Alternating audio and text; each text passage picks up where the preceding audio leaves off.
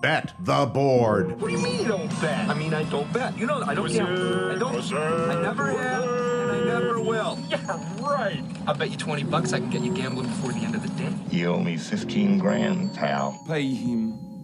Pay that man his money. It's the Bet the Board podcast. God likes me. He really, really likes me. In the end, I wound up right back where I started. I could still pick winners, and I could still make money for all kinds of people back home. And why mess up a good thing? Here's Payne Insider and Todd Fuhrman.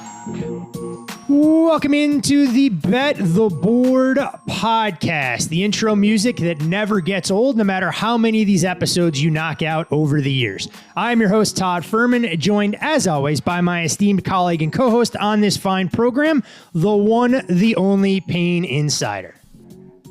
How goes it, buddy? Everything is good, my friend. I'm not quite sure how to necessarily start our introduction for this fine program and preface some of the content that we're going to cover here.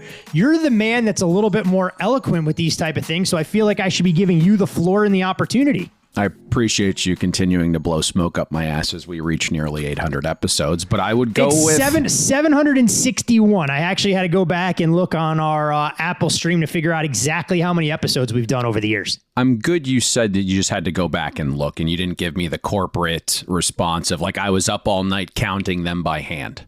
So that's a positive. I may have free time, but I don't have that much free time during the dog days of summer, you asshole. I would say this is, for our listeners, not the podcast you were expecting. And this will probably be the most honest and forward podcast we've ever done. Kind of peel back the curtain and talk about the past, the present, and the future of Bet the Board along with the betting space. Fair enough? Was that good enough? I think that's a good way to kind of go about it. I mean, look, this is a podcast platform that we started 11 years ago, started as a once a week NFL show that morphed into twice a week on Mondays and Thursdays. Much to your chagrin, we gradually branched into college football and into other sports, NASCAR, sports memorabilia. We had prominent guests across all different aspects of media contribute unique perspective and content over the years. And, things have changed since we got this thing off the ground more on a whim. And for those folks who don't know exactly what it took to get this going, it was your old man that actually was our first producer. It felt like we recorded the show on tin cans on GoToMeeting that we used. And we were never sure when we did episode 1 what this thing was going to grow, evolve, and ultimately become as a fixture in the sports betting space. Pretty bang on accurate. And I think, based on the emails and messages on X and Instagram that we've received over the last, month or so, probably going to be a lot of disappointed people that are upset that the road has maybe come to an end here. And I can understand that. We've been part of people's lives for 11 years, but shit, I think when we started this and I flew to Vegas and kind of pitched you on this idea in 2014, I didn't expect to have lasted 11 years and nearly 800 episodes. And, you start to dig around at the space, and AI claims that 90% of podcasts don't make it past episode 10. And I think that's episode 10, let alone 10 plus seasons. Yeah. And I think what's interesting is if you're a loyal listener, I've kind of been hinting at this the past few years with never directly saying it, right? And the economics are why this is happening, and we can kind of touch on that. But for me, I know it's a little different for you. You enjoy creating content. Well, hold on a second now. There's creating content for content's sake. There's creating content to make the people that are around you and that engage with you smarter, more sophisticated as it pertains to sports betting. And there's creating content that this podcast has become over the last 5, 7, 9 years, which dwarfs the workload, the expectations, the way that you have innovated some of the stats and what you're willing to share from the most prolific betting groups, a lot of the proprietary data and everything else that is far in excess for what masquerades these days as betting. And I use that facetiously in air quotes, betting content. That's perfect. I didn't want to group us in. I think I was never a content creator. For me, it's been better first, and I have a passion for business. And I keep waiting for the Pain Insider TikTok to get off the ground. It hasn't quite happened yet. Oof. I'm gonna refrain from saying what I would say to you at dinner, but Bet the Board was always business, and it was never creating content just to create content. And our listeners are great. We love them. They're the reason we lasted 11 years, and we always gave back past the free content, right? I mean, over 6 figures in money and prizes over the years with contests. It was our own money, right? Not our boss's money. But candidly, I don't need to hear myself talk. We were having this conversation about an elder statesman in the sports space right before we hopped on here. Despite what some people think, I don't have an ego large enough to waste my time creating content so I can be heard. And I joked around with you at dinner. I think when I was there in May, my very first class in college was public speaking. And was that the only class that you took in college? No, but the very first day, our professor decided to give this or whatever his version of a pop quiz was and randomly select students to give impromptu speeches. And I just sat there terrified. And fortunately, I wasn't picked. And the second that class ended, I walked out to my guidance counselor's office and dropped the class immediately. So never in anyone's wildest dreams would I have made lots and lots of money, talking publicly. So it's pretty wild to think about. No, it's fair. And look, one of the things, and you mentioned it, and we'll get towards the end of the show, thanking a lot of people that have made this show possible, that have worked with us closely for, the full duration of roughly 11 years, or those that have been in and out along the way. But it's the listeners that made this podcast as successful as it was, that found the podcast on social media. They shared it with their friends, their family, and their social media communities. And you mentioned it. It's those folks that have made us a part of their weekly routine, whether it's listening to just the NFL show for the best bet on Thursday afternoon, those who listen on Mondays and Thursdays, those who became NASCAR fans for a couple of years of Stay Green, those folks who were able to lean into your expertise along with Jesse Craig about, sports memorabilia and the trading card industry that continues to grow. So to those folks out there that are going to no doubt fill a void in their content calendars as it pertains to getting themselves prepared each and every week through the college and NFL schedule, we want to thank you guys and girls first and foremost. And well, like Payne said, we have a lot of ground we have to cover, but want to let it be known that you guys are the reasons that this podcast has lasted as long. It's given us the opportunity to talk about sports, in a platform that we own and operate ourselves. And at some points drove this podcast and the sports and recreation rankings inside the top 20. That's something that's not easy to do as an independently owned and operated show compared to what you see across the space now with a lot of these giant podcast platforms, the algorithms, and the way that some of these big tech companies will look to try and manipulate rankings to drive incremental advertising revenue above and beyond what they would get organically. And I think that's actually a great place to continue this, because you mentioned the advertising dollars, and I think the market has changed, and maybe content creators don't necessarily know their worth in our space. And so ultimately the problem here is twofold. And to peel back the curtain, the market's dried up, right? If you go back to 2014 when we started this, you had offshore companies trying to acquire as many users as humanly possible because they thought legalization was coming, right? And they thought it could have been another Black Friday poker type situation. But even if it wasn't that bad, right, the flow of bettors kind of coming into their orbit would slow down exponentially, right? So offshores wanted to get as many users through the door and then retain them once legalization came. And because of that,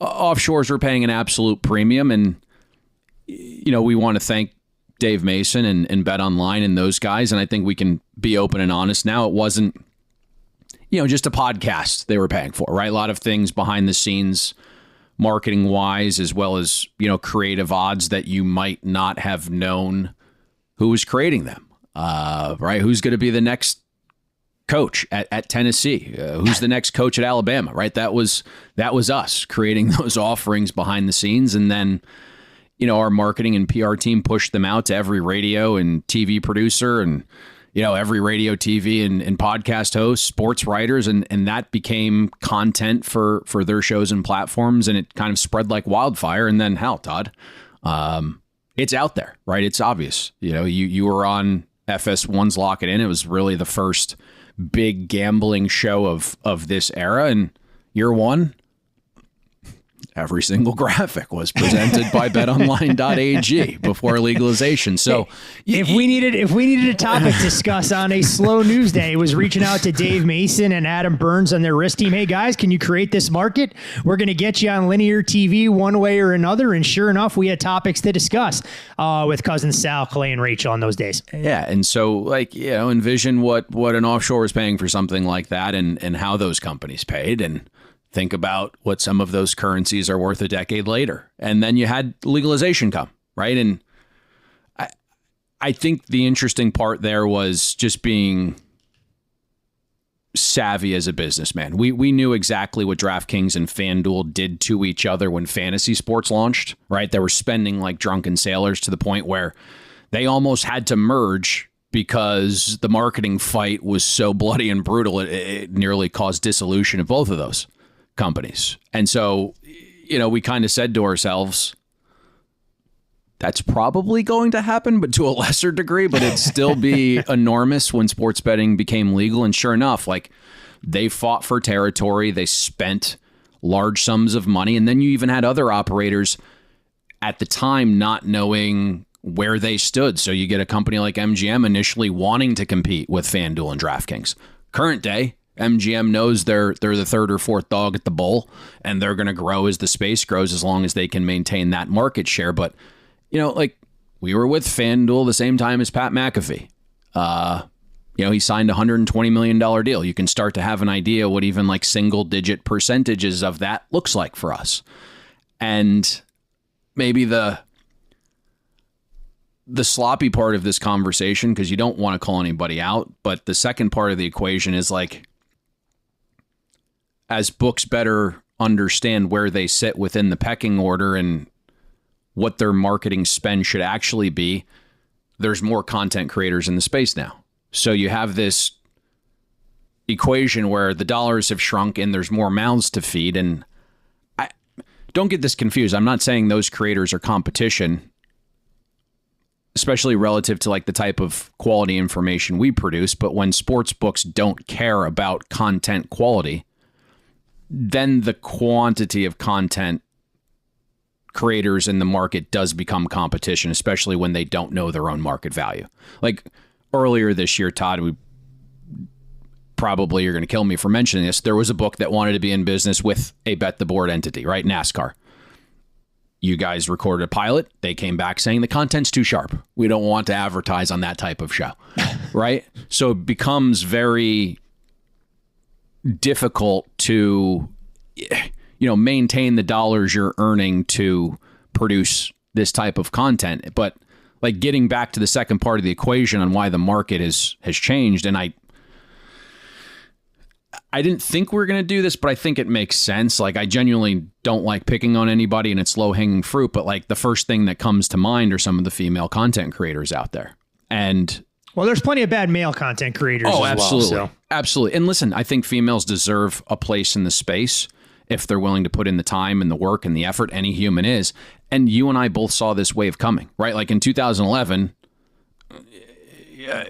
people don't know this. I built Kavita Shanae's platform. We provided my group's information and wrote her scripts, and she recorded the videos. And, for about 2 seasons, we were absolutely on fire, and they hit 67%. But within 3 episodes, every betting entity reached out to her. So I don't want to have people confused with what I'm about to say. And you obviously wrote scripts and produced another young lady's, push into this space over a decade ago. So this isn't going to come off like 2 men bashing women. It's not. We understand where that market was going, and we were ahead of that portion of the market a decade ago. But Taylor Mathis is the example most people will know. And again, I'm not going to shit on her for being in the space, but you would expect her and those representing her to be more cognizant of what the market was. Now, I get maybe she doesn't value her own content because she knows it doesn't have value to the consumer. And she can create it within 5 minutes anywhere on earth, including vacation, by flipping the cell phone around. And so she's willing to take $75,000 and $80,000 and $90,000 deals, when in reality, you look at those numbers she was delivering at peak, millions and millions and millions of views a month, should easily equate to a 7-figure deal. And so when she's taking deals in the ballpark I mentioned, it kind of fucks the market. And again, it's not to single her out. You mentioned this, right? She's the easy example, but there's plenty of savvy bettors, male bettors in the space that don't have a fucking clue what they're doing either on the business side. I mean, you legitimately have bettors creating content, taking a dime a month from offshore sports books. And they just kind of throw their hands up and say, well, I'm creating content anyways, might as well make something. It's like, no, you shouldn't be creating content anyways. You're a bettor. The only way you should be creating content is if you're getting paid fair market value for it as a bettor. And it's just laughable to hear guys within the last year taking a dime a month. Like, our very first deal, and we didn't know what the fuck we were doing, it was 15x that a month in 2015 when legalization wasn't here. Right? And you didn't have to worry about the off chance the DOJ may come knocking on your door because you're promoting an offshore. But the crazier part's inflation, right? Like the dollar's worth 35% less now than it was in 2015. It's just bad fucking business. And you have entities like creating content during March Madness that have been in this space spanning 3-4 decades, have hundreds of thousands of users at this point. Hoops information is their forte. The content, if you look at the numbers, just what you have access to publicly, not even behind the scenes at their own data, right? It exceeds 5-figure listenership per show. And you allow a sports book to take a bite out of you during your peak without a long-term commitment. You might as well just sell your ass on the streets like a whore. That's what it is. Give the advertiser what they want with that initial surge during your busiest times, but you also do other sports. So why are you not getting them to commit long-term to you? There are just so many bad businessmen in this space. It just kind of makes my head hurt. It's definitely challenging. And as you mentioned it, as more and more people thought that this was a gold rush that wanted to race into sports betting, had no pedigree, no aptitude, no prior knowledge or the credentials to be content creators, it became a race to the bottom. The bigger the social following, the more apt one of the bigger recreational books out there was willing to cut you a check. And like you said, for pennies on the dollar, because they saw a lot of this as found money. It wasn't going to impact their day to day. And when you wake up on a Tuesday morning and decide you're going to put out your own SGP with about 37 seconds of research, it puts entities like ours that have prided ourselves on teaching some of the responsible gaming principles, trying to teach people to use a biblical parable, teaching them to fish rather than just giving them the fish, and creating that all-encompassing experience and community to a certain extent of interaction for people that were serious about the ways that they look to try and attack sports betting. And while this may, sound to a lot of people who are just tuning in, who haven't been with us since day one, we cut off our nose to spite our face with a lot of the information that we shared publicly. I mean, the running joke around here was that we were the podcast for the first half under. Those numbers and those particular markets were much more inefficient before we started to do a lot of what we did and sharing some of that information with our listeners that were there. The days of being able to bet under key numbers in the first half of NFL games quickly disappeared. And now you see books going the other way. It's not by coincidence that all of these things happen. Maybe it's on us that we shared a little bit too much over the years, but that's the level of dedication and the expertise that we wanted to pass on to all of our listeners, that if they were going to take an hour 3 times a week to listen to our show, they were going to be able to go to Bet the Board. They were going to be able to update their feeds when a podcast went live, and they were going to get information from us that wasn't going to be circulated anywhere else. Well, at least not until after our podcast dropped. And then that information would get circulated on a variety of other platforms, with a lot of people deciding they were going to plagiarize some of our content. I mean, it happened. And I think as you look back, it's always easier to play Monday morning quarterback, shoulda, coulda, woulda. And I think you're right to an extent. Probably should have held some of that stuff back, but it was huge for growth in the moment. But it certainly got to a point where the vast majority of the books weren't even opening first half lines anymore until after the podcast went live. But I think, that's an interesting topic as well. Like the content structure for betting information sucks. It's different than any other space. Like I can listen to a Joe Rogan podcast from 6 years ago, and while we may have some answers to those topics and questions now, it's still a brand new podcast to me, right? It's the first time I'm listening to it, and it's evergreen. And for us, it's a little discouraging. You and I just say on a Monday, spend 15 to 20 hours prepping, recording, chasing graphics, helping producers, right? Telling producers which part of the show to clip up for marketing.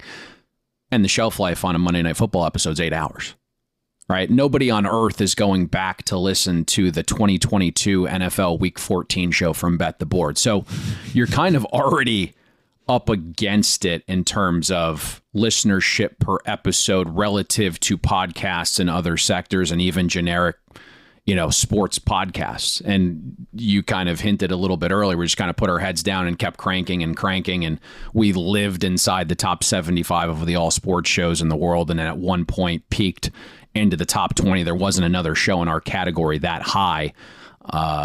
And, if you looked at all the other 20 shows, it's like they're part of a network. It's just a regular sports show. It's not this niche in the fucking weeds gambling betting show, right? And that's the difficult part about this. Like we probably could continue this if we could just record 2 months out of the year, stack episodes, and then, release them gradually throughout the course of the year because they're evergreen. It's just unfortunate. That's not the type of content the betting space allows you to create. And now, you do see other creators in the space trying to combat the issue and churn out evergreen betting content, but it's so obvious, right? That it's like this forced SEO style. And there's like only so many how to become a better sports bettor type episodes you can create. So it's very difficult what we're up against, as crazy as that sounds. Yeah, I mean, the challenge is, look, every space, regardless of what industry you're in, continues to grow and evolve. But I think you hit the nail on the head mentioning the evergreen component that just isn't present as a sports bettor the same way it is in regular sports content. You can do an interview with a high-profile athlete or celebrity, and there's still going to be components that resonate years later, even if the subject matter has changed, that person's persona has taken an evolution in of its own right. But for us, even the season previews that had the longest shelf life. I mean, for example, if we were to record a Big 12 preview 2 weeks ago and suddenly BYU has a new starting quarterback, the level of relevance is already out the window. So it was always some of those challenges that we ran into, even recording the day of games when we would look to try and break down a Monday or Thursday night football game and gradually integrated some of the injury components for a couple of seasons, some of the player props and all of that. These markets are fluid. And, once the podcast goes live, we couldn't be held accountable for where the market went. And we, of course, dealt with that in a variety of ways, whether it was in our social media mentions or email box that would fill up that somehow it was our fault that people wanted actionable information they could use. Yet if the market moved too much because our listeners had such a strong ability to impact the way that odds makers had to handle their risk profile, that it was us doing a disservice to our listeners instead of offering a 6 or 8 game single game parlay where books could care less, and that way it could be emblazoned on the top of the fold at a lot of the higher profile books with your pretty picture up there, paying a whatever ridiculous rate we wanted to try and negotiate. And peeling back the curtain on that, speaking of which, we had this discussion with a couple of our sponsors as well about ways that we could incentivize our listeners to playing with their books above and beyond the initial depositing codes and redeposits. And BetOnline was extremely generous with the way that they approached our listenership. I think at one point it was a 50% sign-up bonus when they first started. You had a 40% reload opportunity. But we had candid conversations both with Dave Mason, with John Sheeran, a FanDuel, and he was on the podcast as well, about offering a minimum bet, locking a line on one of our best bets, whether it was $100, $200, $250, that within 24 hours of releasing the podcast, we were going to be able to preserve a particular number to make sure that we gave back to our community. And a little to no one's surprise, they weren't able to do that. And you can understand from a risk profile standpoint, but it just spoke to some of the influence and the aptitude and the know-how that we tried to provide for our listeners that had books a little bit apprehensive and reluctant to be able to provide such an amenity compared to some of the bonus and bet types and the promos and boosts that you see widely available now with a lot of the higher profile podcast branding accordingly. Yeah, I mean, that was an idea we pitched to Bet Online 7-8 years ago, 9 years ago. Pre-pass, but for sure. Yeah. And listen, they were able to execute it to what degree successfully, I don't know, just last March, but it went away. So I don't know how successful it was. Oh, I completely forgot about that. Good point. Yes. But this market has changed always and forever because of a lot of things that we did. You mentioned injuries. The way we were trying to get the Monday podcast to have longevity was to bring in injury doctors. We were the first podcast to do that because we said to ourselves, well, Monday Night Football starts at 8 o'clock. No one's going to listen to anything we have to say regarding that game once it starts. How do we get listeners into Tuesday and Wednesday and even Thursday? 2018, we brought Dr. Chow on here. No one had really heard of him before. And so that was a connection that I had to someone, in the dark side of the space. 2024 comes around and Dr. Chow gets mentioned by, one of those gentlemen on the dark side of the space, and everyone starts, Dr. Chow, Dr. Chow. It's like, my guy, that was like 7 years ago. We were like 8 years ahead of that market. And my feeling is, when that gentleman mentions him on a Joe Rogan podcast for the world to hear, he probably truly thinks that information no longer has value. Okay. So the things we were doing in this space were innovative and so many years ahead of the market. It's crazy, but I just think we're here because of the economics, right? And money is relative and it's kind of awkward to talk about, but I think, again, it's important to be honest with our listeners because they've been here for so long and they're part of the reason we've made the money we have. But, fortunately, we're in positions in our lives to say no to offers we don't feel are worth our time. And I hope, that everybody at some point in their life is in a position to say no to what I think the majority would view as significant deals. And I think, the reality is when people hear numbers into the six figures, they say like, oh my God, how could you turn that down to talk about sports? I'd talk about sports for free, but it's a business, right? And the reality is like,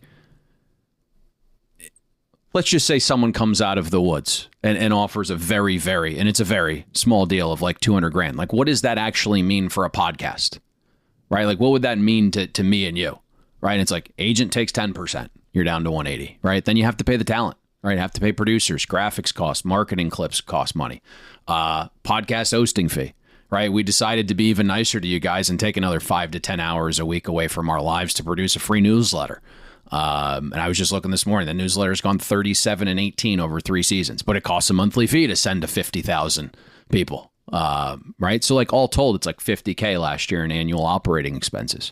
And it leaves, me and Todd splitting what, like a pre-tax 130, 65 each. Like I get that that's the median male salary in the United States. Sounds great to some, like not worth our time. I don't get out of bed for that. So it's like, what else can you do with those 50 hours a week? And you go back to like, okay, I'm a better first. Like how many bets did I miss recording that podcast? Like how many times was I zoned out time? Like motherfucker, right? And a game's just moving, right? The mute button came in handy from time to time. You're missing these bets. Like how many more hours could I put into research and acquiring information, right?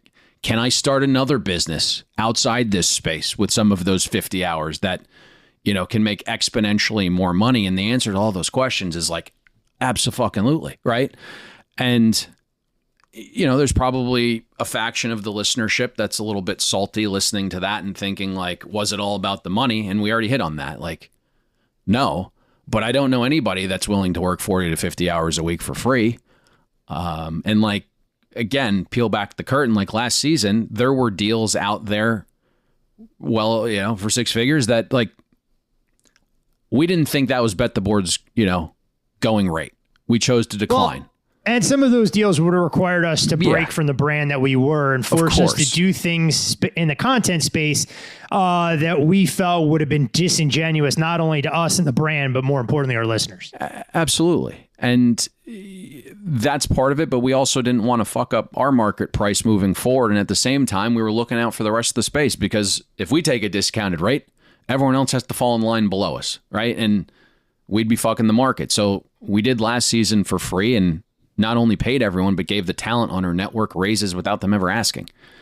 Meanwhile, like months pass and you hear the deal you turned down, someone else took far less money from that entity and chose not to pay its talent and workers a fair rate, right? So they lose producers, and the talent speaks out openly on shows about how poor the financials are. Like, there's a right and wrong way to do business, and giving talent a couple percentage points of a company worth $0 if the talent isn't on the platform, to me, isn't compensation, right? It like mirrors a Ponzi scheme. And like, I hate to tell people this, but the space is virtually done, right? Like, if you're creating great betting information with an edge, it's very niche. And like, sure, you can make a living kind of like piecemealing out for multiple companies and getting those small deals, but there isn't even a 5% of a Pat McAfee deal out there anymore. Now, like, can another content creator that can't spell betting grow a brand large enough to cross over and steal gambling marketing dollars from actual bettors creating content? For sure. But I'm not talking about people like that. And we saw it recently. Like, I'm not here to shit anybody. Like, I love bussing with the boys. Like, happy for them. Genuinely really like Taylor. But we can address this because Dave Portnoy came out and publicly said, like, we wanted to keep those guys. We love them. But FanDuel overpaid by 40 to 60%. Bet the Board's kind of always, we would never compare ourselves to them. We've been in the uncomfortable territory for sports books and advertisers. We don't take cut rates, but the brand is larger than the 99% of people in the space, but it's not big enough to where the corporate folks can sit around their office like high-fiving and circle jerking each other for pulling off the deal. Right? Does that make probably makes sense? Easy enough to understand. And so I just view things differently. Like, good business comes in all shapes and sizes. Like, Entity A may have a massive brand, and for easy math, Entity A costs like $20 million but delivers $13 million back. Like, it's a horrific deal no matter how public and forward-facing the big entity is, right? Entity B could be a mid-tier brand, right? Maybe Entity B costs, $1.5 million, but delivers 1.8. That's great. That's a great fucking deal for the advertiser. Like, unfortunately, not enough people think that good deals come in all shapes and sizes these days, it seems. Yeah, look, I mean, you mentioned it. The changes that we've seen in the gambling space in general from the operators that were spending top dollar to acquire talent, to create content to put on their platforms. And to kind of steal a term from the fantasy world, it's almost as though a lot of these operators are going with the studs and duds approach. They're more than happy, to your point, to pay seven figures for talent that can transcend across both betting lines and a little bit more of that mainstream popularity, celebrity status. And they're looking to identify content creators, kind of the bottom rungs that they know they can do cheap and affordably, that are going to be able to maximize some of their views. They're going to tap into a number of the social platforms. And look, I still believe when we try and assess class is what you're saying. No, exactly. There's no middle class in that regard. And as the sports betting space continues to evolve, I think the legal operators are going to begin to realize some of the lessons that the offshores have figured out over the years, that eventually when you've overfished the pond and you've paid top dollar for your CPAs, what do you do for your encore? How do you continue to grow your business? And what we have seen instead in the sports betting space now is all of these operators looking to try and create artificial hold by their game mix. They're looking for more parlay driven content. They're looking to try and add, 2 cents here or there on straight bets. We've seen the statistics. We know how small a percentage of the overall betting handle straight bets represent. And when you're trying to grind that out as a content creator, steering your listeners and people who believe in what you're doing towards that avenue of investing in the sports market, you're not necessarily going to curry favor from some of those folks. And it begs the question, when a lot of these operators go back to market, and it's not going to happen this season, it may not happen next season, it may not happen for 5 years, trying to figure out, okay, we already know all of the customers that are 21 plus. And yes, a new generation turns 21 every year that can gamble legally. What do we do to incentivize these players to continue betting with us? And how do we build up that brand profile and that catalog of content? Who knows what that'll look like then? But it has definitely changed quite a bit from the repeal of PASPA a handful of years ago to where we currently sit on the cusp of football season 2025. You would know better than me, but I think you hit it perfectly. And again, it's not to like shit on the sports books at all, but it's like, how much blood can you squeeze from that turnip? You're mentioning same game parlays. We've refused to do them because it's not our brand. We don't want to lead sheep to the slaughter, but it's kind of a prerequisite to get a gambling deal right now. And a lot of those other entities that are sports that have the large followings, they're willing to do it because they're not sports bettors, and no one's going to think of them in a different way or a different light because they're giving out a same game parlay. But that's all these books want, right? It's like, what, 50%? I think even higher if you look at the breakdown for some of the largest national books that represent more than 70% of the betting handle outside of Nevada. That 65 to 70% of the bets they'll take during football season are a multi-leg parlay in some capacity. And they feel okay doing that because they're able to donate a couple $100,000 a year to help hotlines and those who need help with gambling problems. Right? But they'll keep shoving those up your ass and down your throat. So it's just not anything we agree with at this point in time. And so, here we are. And that is the vibe right now moving forward, right? It's that very broad, big brand, doesn't necessarily need to be in the betting space to use our marketing dollars. I was just in New York, the last week. I stopped in to see a couple buddies at the Fanatics show. You mentioned the Jesse Craig, a little bit earlier in the show, and we were trying to be ahead of the market. The reason we did that card show is, one, I'm passionate about it. I'm into it. I invest in cards. I've, grew up doing it. But it's like there is not another entity in the space that is delivering elite betting content and information and elite card show advice and information. Fanatics is coming to market. What better place to be? And it's like, you take these meetings and we're going to be involved in this. We're going to be involved in it. And they're an afterthought on the betting side. I go to Fanatics. I look at the cards they had on display. 53 of the cards they just had at their premier auction were provided by Jesse Craig's new company, Acquire. Can't even get their own cards in their own auction. Jesse's got to do it for him. Now, he makes money off them, right? But it's you think about this. And the show is a great success. And they're too big to fail, right? The shows are going to go well, but year one of that Fanatics Fest show it lost $18 million. My guess is that gap shrunk exponentially. The show was actually very good, especially they opened up the card side and they finally put all the card people together, and it was good. And again, eventually it's too big to fail.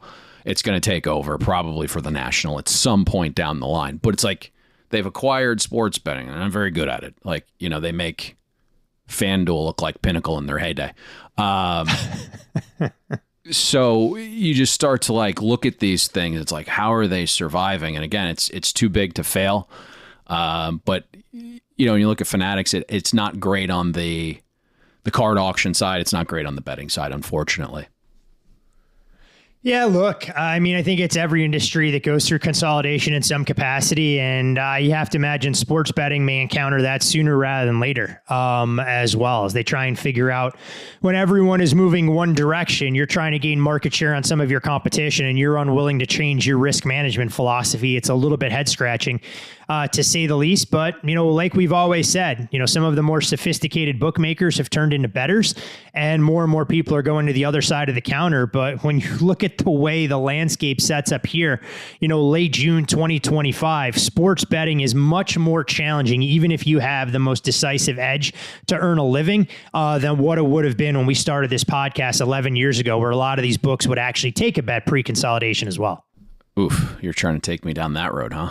I feel like I didn't plan on being negative towards some people here, but now that I'm like thinking back in my head what's been said, it's been, some negative. I'm not going to, it's not great right now. It's very difficult. Like,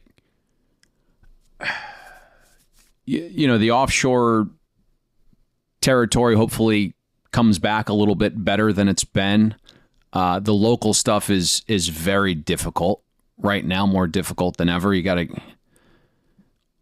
we have been fortunate to have some relationships there that have stood the test of time. Forward facing, like it's difficult. Acquiring clean accounts is difficult. Acquiring prepped accounts difficult. It's just difficult. Kiosks, limits are shrinking. They're taking some away. It's bad. I mean, look, even in Florida, right? They opened. This is crazy. So Hard Rock opens in Florida, their kiosk platform on December 7th, 2023. You walk up to the kiosk, plop $1,000 in there. That ticket wins. Take the winning ticket back to the kiosk, plop it in there, right? You got $19.09. Make your next $1,000 bet. Print ticket, walk to the window with the $9.09 profit. No one asks a thing. And you could just keep doing that. Like, you could just ram that kiosk. They had no idea what was going on. And then, fast forward, they finally figure it out. And it's like $500 max. They're locking tickets. It's a disaster everywhere right now. So very difficult to get money down, but you still can piecemeal it together with a bunch of different places. Yeah, I mean, you have to get more and more creative to be able to put together pieces of the pie to be able to make it work. It's not just about the information anymore. Like, and it hasn't been for a while. I mean, can you told figure me out how to get down? Can you figure out how to get paid? Like, oof. I mean, you told me that when I got into this, when I got out from behind the counter and started creating content, you went, look, as you continue to grow your bets, it's not just about being able to pick winners. It's being able to make sure that you have access to enough liquidity that you can get down in the right spots to be able to get paid. And look, I mean, had to lean into your expertise for an unfortunate situation, which feels like 7-8 years ago, that I learned an extremely valuable lesson in real time. So I think there's a lot of those lessons that come into play, and you'd love to say, hey, look, legalization made it better that people are able to take bets. But I can walk folks through an experience I had a couple weeks ago with a large national book out here, withdrew money from my account because I don't have the ability to bet the limits I need, took the money to the counter, tried to bet one win total, went through no problem. They asked if I had a player's card, told them, yeah, I'm happy to provide it. But I go, just so you know, this bet's not going to go through. Sure enough, they told me no, I had to bet it on the app. Ticket writer and the supervisor behind the counter looked at me and laughed. They go, well, you can bet on the app. I go, I can. I go, but you're going to see me be able to get $4. They kind of shook their head, didn't think that was going to be the case at all. And technically I was wrong. I was offered $3.73 on an interest-free loan for an NFL regular season win total that was widely available. And that's just the nature of how things work. And I'm still a small fish in a big sea when it comes to betting into a lot of these markets, but it puts things into perspective in terms of why a lot of the sports books are choosing different paths for their marketing strategy and where they stamp their logos from a content creation standpoint, and why we're in the position we're in here with Bet the Board 11 years into the podcast run. It is a disaster out there. And even the local side of things, you have to worry about information getting stolen. You got to worry about no pays. Fortunately, the loss prevention team's still undefeated. So, are you taking applications for that particular line of work? You may have some podcast listeners that are looking to try and earn off the books. I don't know if I want to change the team. They've been undefeated since 2004. So it's impressive you've been able to keep that continuity together. It's a good thing you don't work in a salary cap era. So it's difficult all the way around right now. And we never envisioned this. I think we did a podcast like years ago. And to some degree, we expect this, but it's gone, complete 180. It's a mess out there right now. But I don't know. Who knows what the future holds? Someone may listen to this and make an offer too large we can't refuse. I don't think that's going to be the case, especially after we shit on everybody here. But well, you never know. Maybe there's one of the poly markets, the call sheets of the world, or Robinhood that want to get into the futures contracts and everything else, that want to do things differently than the traditional sports books that are out there. You never know. We did get an offer there at the Bell from Prize Picks, and appreciate that. Just wasn't there, but who knows? Maybe California and Texas come on board and the land grab battle starts again. Maybe the Indians decide to share Florida with other operators, or they care enough to focus on marketing their betting product. And listen, we love this space. It's made us a ton of money. It's afforded us a lot of great things, and specific to the content side, that those dollars are done for now. Still going to bet. And I just think, we're not crapping on the space, and we could have done this episode the first week of September. We're doing it now, candidly, so others could possibly land deals that we would have taken. Allow our listeners to prep for football season accordingly, instead of banking on us breaking down every college conference in the NFL divisions as well. Yeah, our listeners are going to have to go somewhere else. You should be projecting growth this year without us to achieve better deals over the next 3 or 4 months. We did this more for you than for us. I mean, we could have literally just said, fuck everyone else, and we'll tell everybody we're going away on opening night of the NFL. So, hopefully you guys spend the next 2-3 months picking up some of those dollars.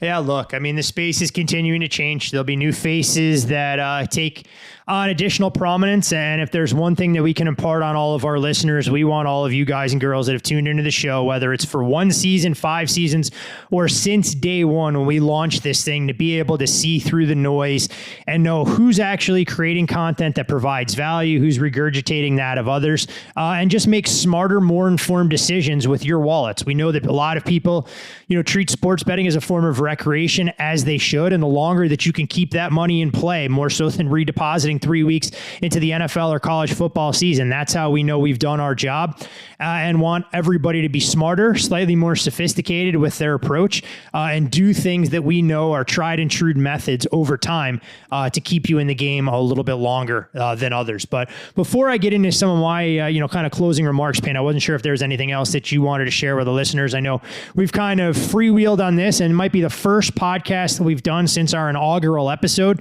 back in 2014, where I didn't prepare an outline. There were no notes that we were really working off of, and it was true, spontaneity and everything shooting from the hip, which, having a full circle moment, probably would have made your public speaking professor at Florida State way back when you were wet behind the ears very proud with your ability to articulate and think thoughtfully on your feet in real time. I don't know, man. I think if you gave me an outline, we probably would have been a little bit more PC, but here we are. So I'm going to blame you for that because you're the easy target. Hey, look, you're going to disappear into the sunset. You're going to buy your plot of land and you're going to live somewhere in the mountains of North Carolina or East Tennessee. I've maintained my PC profile here in all of this and tried to keep it buttoned up because I still do need to work in the media space and content creation, albeit nothing that I can truly put my fingerprints on the same way I've been able to do at the board, and an opportunity and a brainchild that you created, you pitched me. And if you'd have told me back then that it was going to grow and evolve into what it's become, I probably would have laughed at you when I was stumbling out of nightclubs on industry nights, Sunday nights after the NFL, not waking up till Tuesday to try and look at some of the opening numbers, knowing that I had Monday and Tuesdays off. Well, the Spanish women may keep me here in South Florida a little bit longer. However, you expanded your horizons. You are no longer in the club. You've moved to Friday evenings at the ballet. They're actually musicals more so than the ballet. Men in tights. I have not necessarily branched out into the opera yet, although we will be on Italian soil less than a week from now. So may have to see what's out there to see it in your own homeland. But yeah, maybe you can find us an Italian sponsor. Well, I mean, from what I've been told, you do have family ties to Ferrari. I'm just saying.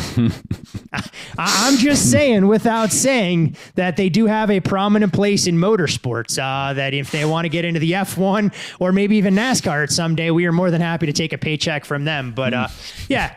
Look, it's been a lot of fun. It's created a lot of memories. It's allowed us to interact on social media with a lot of folks that hopefully, again, we've seen their evolution as bettors. We see a lot of the same names coming into our mentions, and it's bittersweet. We got to end, to some extent on our terms, which is always what you want when you own and operate your own platform. We've been able to say and do things and give back the ways that we've wanted, and we've had great sponsors along the way. I mean, we mentioned Bet Online. We went from there to the legal space and the Flutter Group. It was Fox Bet. May they rest in peace. FanDuel. Who could have saw that coming? No, nobody saw that coming, at least. Amazon. We tried to help there. Amazon in the twilight as part of their Wondery podcast platform. And even an organization I think would surprise some people. We had an offshore book sponsoring the podcast that the American Gaming Association wanted to get involved with our show as well. That was hilarious. They understood what we were doing from a responsible gaming standpoint. I think a lot of that gets lost now on people that are non-bettors, and they just see it, it's another way to cash a check. But, you and I have been around problem bettors. We've seen people go belly up. We've seen some of the trials, tribulations, and pitfalls that this industry can lead to. And, while I think about things coming from a responsible gaming background in the casino, it's not something that's lost on me. So there are certain aspects of gaming content now that send chills down my spine, knowing that they're leading 21-year-old kids like sheep to slaughter. We've seen the studies. We've seen some of the numbers out there. And until some of the sports books take increased accountability and responsibility for that, we'll see what happens. But, we've thanked our listeners plenty, and we'll continue to do so. Payne will probably be a little bit more scarce on social media. I, of course, will be around. Tweeted in God knows how long. Well, I got to get back on there. So you'll be even more scarce than what you already are. We'll get the Florida State tweet, I'm sure, when they're down 31-0 at the half against Kalen DeBoer in Alabama, week 1. Oh, God. Here we go. About 2 months from now. But from that side... Are you about to do the Billy Walsh and make people pay respects to the below-the-lines people right now? Yeah, I mean, okay, look... Beautiful. Let's do that. Look, we've done a job. There have been people that have been with us along the way and want to make sure that they, get their mentions accordingly. So, we'll thank the corporate side, all the folks at WME, the legal team, and a few other helpers that may or may not want to remain nameless, but will keep discretion as the better part of valor here. Want to thank them for their commitment. They helped us seek out a lot of the deals that we were able to find above and beyond what we found entirely on our own. So without them being part of the Bet the Board family, none of this would have been possible. You mentioned Dave Mason, integral part, appearing on our shows, oftentimes begrudgingly. We're never sure what Dave Mason and what mood he was going to be in when we tried to track him down. It's my kind of people. Him share. What's up? My kind of people, my kind of vibe. share some of the offers that were there, some of the risk thresholds, the liabilities, and everything else. Dave was integral in our infancy to try and help us broker that deal with Bet Online. So I want to thank him for that. John Sheeran, who came on, when he was in charge of the risk floor as a member of FanDuel to try and break down some of the numbers, what FanDuel was seeing long before they're starting to do gangbuster numbers and betting handle like they've been able to do. We mentioned the sponsors already, the producers, and, there have been 3 that largely guided the show, 2 that carried the heavy lifting over the last, I'll call it 9 years.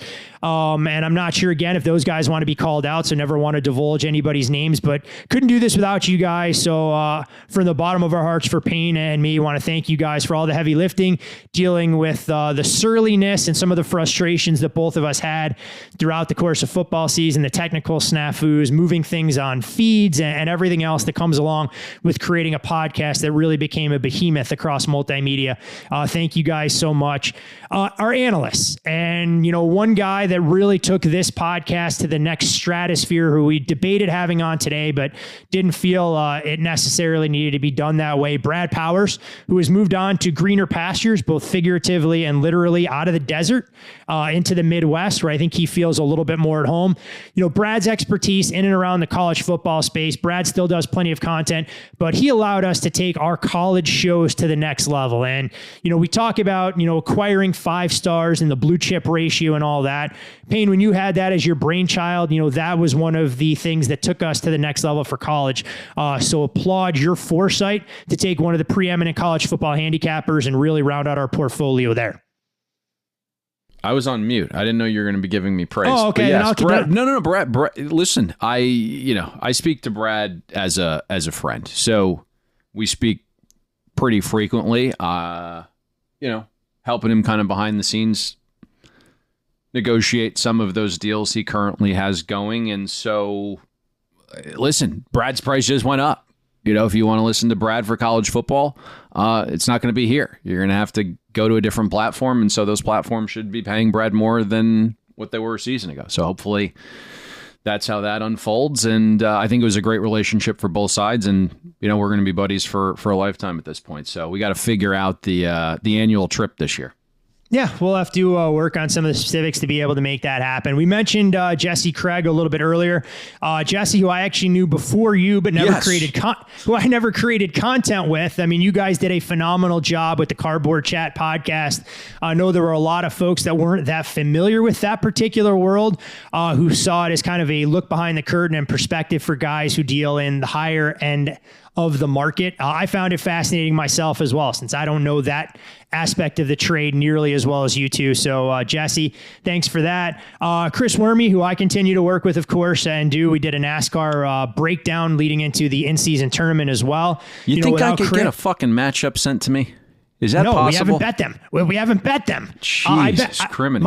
My goal is to pass along winners to you. And when we lose our edge betting head-to-head matchups, I'm not going to pass along an outright portfolio. It looks like you're trying to build ETFs throughout the course of the week leading up to race day. So when we get a matchup we really love, yes, you are first on the speed dial and text messages for us to kind of pass that along.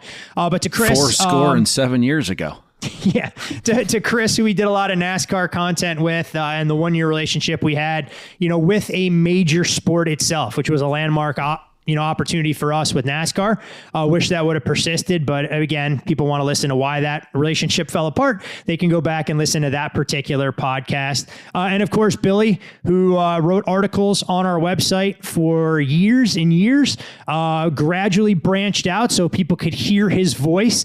And he helped us in a pinch doing a number of podcasts when you and I were on the road, started to share props on Mondays, and a guy that through your introduction, I become much closer with, over the years as well, who's a rising star in the handicapping world. So to all of the analysts that have been with us more than just a couple of episodes, again, none of this would have been possible. To all the guests that have been with us, for a couple of shows, I'm not going to rattle all of them off. It's not worth it, but I think people will be surprised, Payne, by a lot of the high profile guests over the 11 years that we've done this, that we were able to get on our show, whether it be former NASCAR drivers, prominent sports broadcasting personalities, former players, people that were coming up through the ranks that have really seen their media profile grow as a result. Thank all of them for their time and what they've been able to do. And again, coming full circle to our listeners, you guys and girls have made us a part of your weekly routine, both in season and out. For years and years, as we've continued to try different things. I mean, back in the day, we were recording podcasts with MLB previews, golf majors, World Cup stuff. I mean, I look at all the different aspects that we try to dip our toes into on our listeners every step of the way. Even if they did bitch, can you keep certain shows off the main feed if we only want NFL and college football content? We love all of you guys for continuing to interact, chime in, and that's why we always wanted to try and reward you with a lot of the contests and some of the crystal ball trophies that were out there. Everything that comes with a startup brand that was really able to spread its wings and, maybe getting sunset a little bit earlier than we anticipated, just given the changing economics and the market dynamics that are out there. So, and anybody else I may have forgotten along the way, thank all of you, our friends and family who endured a lot of the bullshit, the ebbs and flows, the ups and downs that come with winning and losing best bets. Again, it takes a village to be able to make a project and endeavor like this happen and truly come to fruition. So if I forgot you by name or anything else, my heartfelt apologies, but no, you are not forgotten in this entire process with Bet the Board. So wanted to get all that out there because like you said. Yeah, I really think you're just trying to get us over an hour again. Well, I mean, look, I got to try and sandbag. I figure with the introduction that we'll get to hear for the final time and the outro music and everything else, had to get us close. But I wanted to make sure that everybody that it's been in evolved and around this podcast felt appreciated for everything that they've been able to do. So final word to you, my friend, before we kind of put a bow on episode 761. And the one thing I will say, don't be sorry that it's over. Be happy that it happened. I was going to go down memory lane there for a minute because you mentioned the MLB podcast, and we did that preview with Jeff Passan, and he was recording in the morning, and there was, if you remember, like a little bit of a delay there during one of the sectors of the show because he spilled his yogurt parfait there as we were recording in the morning. And then we had another gentleman, I believe we had Booger McFarland on the show. doing it live from an airport. The airport. Oh, boy. That was expected to be about a 45-minute podcast that we were like, Boog, we got to let you go after about 8 minutes here, bud. Go get a refill at Chick-fil-A and take off. That was some interesting times recording this podcast. Yeah, you never know what you're going to get. And while the podcast wasn't necessarily live, I think a lot of people would be surprised that there wasn't editing that went on, behind the scenes. What you heard is what you got more often than not from us. And so it was an unfiltered, unadulterated look. Credit to you, Payne, over the years, being able to bite your tongue and maintain a little bit of that PC mantra that I hold near and dear to me, being the corporate guy. And so I appreciate that for not committing career suicide on my behalf into year 5 or year 6 of this podcast. Oh, yeah, we definitely could have had you fired a few times. There's no doubt about it. The key here is, getting Todd to a French restaurant and have someone kind of poison his drink. And then that drink was terrible, by the way. That drink was absolutely horrific. I'm never ordering that cocktail again. Well, congratulations. You're not going to order the drink that made you feel like shit for a year. Great. That takes a lot of willpower, bud. We got to get you to a point where when we go out to eat to a restaurant, we get the things that seem obvious. We get the things that other folks who have attended that restaurant say are great. Whenever you go to a restaurant with Todd, he's the guy who's just ordering shit that no one on planet Earth orders and then wonders why it's horseshit. We gotta work on that in retirement. I'm sorry that I ate more than 3 things. Listen, Italian restaurant, it's chicken parm for you. Chicken or steak, that's all we need. It's steak, it's a Tito's and club soda. It's the occasional, it used to be White Russian. I'm not sure that's during in the holidays. Mix right now because, you're aging before our very eyes. And No. not. We're going the opposite here. Svelte, down 23 pounds since the Super Bowl podcast. Pretty impressive. That's what happens. It's a young man's game out there. You got to do what you can to try and keep up, buddy boy. They keep getting older, or I keep getting older, and they keep getting younger. That's the key to youth.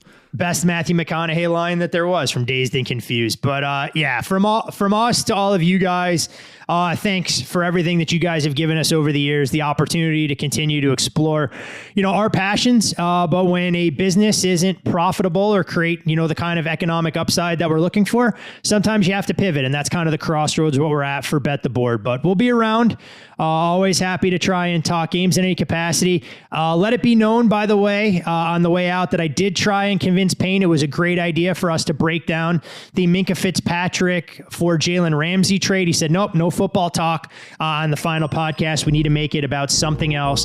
So no best bet here in any capacity. And again, for Payne Insider, I'm Todd Fuhrman. Best of luck with all of your football investments for 2025 and 2026. And somewhere down the road, we'll see you at the window.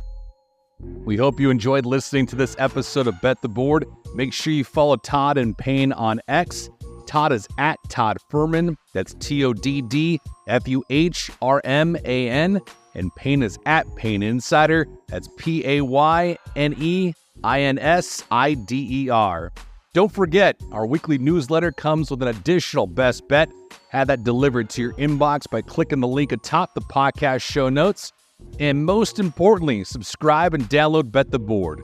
We're on Apple, Spotify, Amazon Wondery, YouTube, Google Podcasts, and all your other major platforms.